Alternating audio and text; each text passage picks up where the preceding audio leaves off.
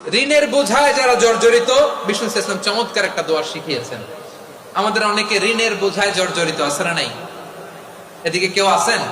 থাকলে হাত তোলার দরকার নেই, থাকলে এই দোয়াটা পড়বেন। এক সাহাবীর নাম আবু উমামা, নামাজের ওয়াক্ত ছাড়া উনি মসজিদে যেয়ে বসে আছে। বিষ্ণু বললেন, কিরে আবু উমামা, নামাজের তো ওয়াক্ত হয় নাই, মসজিদে কি? সাহাবী বলে, হুমুমুন লাজিমাতনি ওয়া দুয়ুন। নবী গো, ঋণের বোঝায় এমন টেনশনে আছি, ঘরে থাকতে পারলাম না, মসজিদে চলে আসছে। বিষ্ণু বলেন, আমি কি তোমার এমন একটা দোয়া শিখাবো যেটা পড়লে আল্লাহ তাআলা তোমার ঋণের বোঝা হালকা করে দিবে? আবু উমামা বললেন, ইয়া রাসূলুল্লাহ, অবশ্যই শিখাবেন। বিষ্ণু বললেন, তাহলে তুমি পড়বা, আল্লাহুম্মা ইন্নী আউযু বিকা মিনাল হাম্মি ওয়াল হাযান ওয়া আউযু বিকা মিনাল জুবনি ওয়াল বুখল ওয়া আউযু বিকা মিন গালাবাতিদ দাইনি ওয়া কাহরির রিজাল।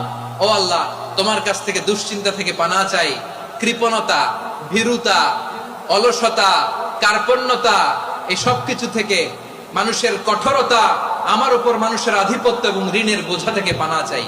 এই দোয়াটা যখন বিষ্ণুনবী শিখাই দিলেন, আবু উমামা বারবার এই দোয়া পড়ে, আল্লাহুম্মা ইন্নী আউযু বিকা মিনাল হাম্মি ওয়াল হাযান ওয়া আউযু বিকা মিনাল আজজি ওয়াল কাসাল ওয়া আউযু বিকা মিনাল জুবনি ওয়াল বুখল ওয়া আউযু বিকা মিন গালাবাতিদ দাইনি ওয়া কাহরির রিজাল।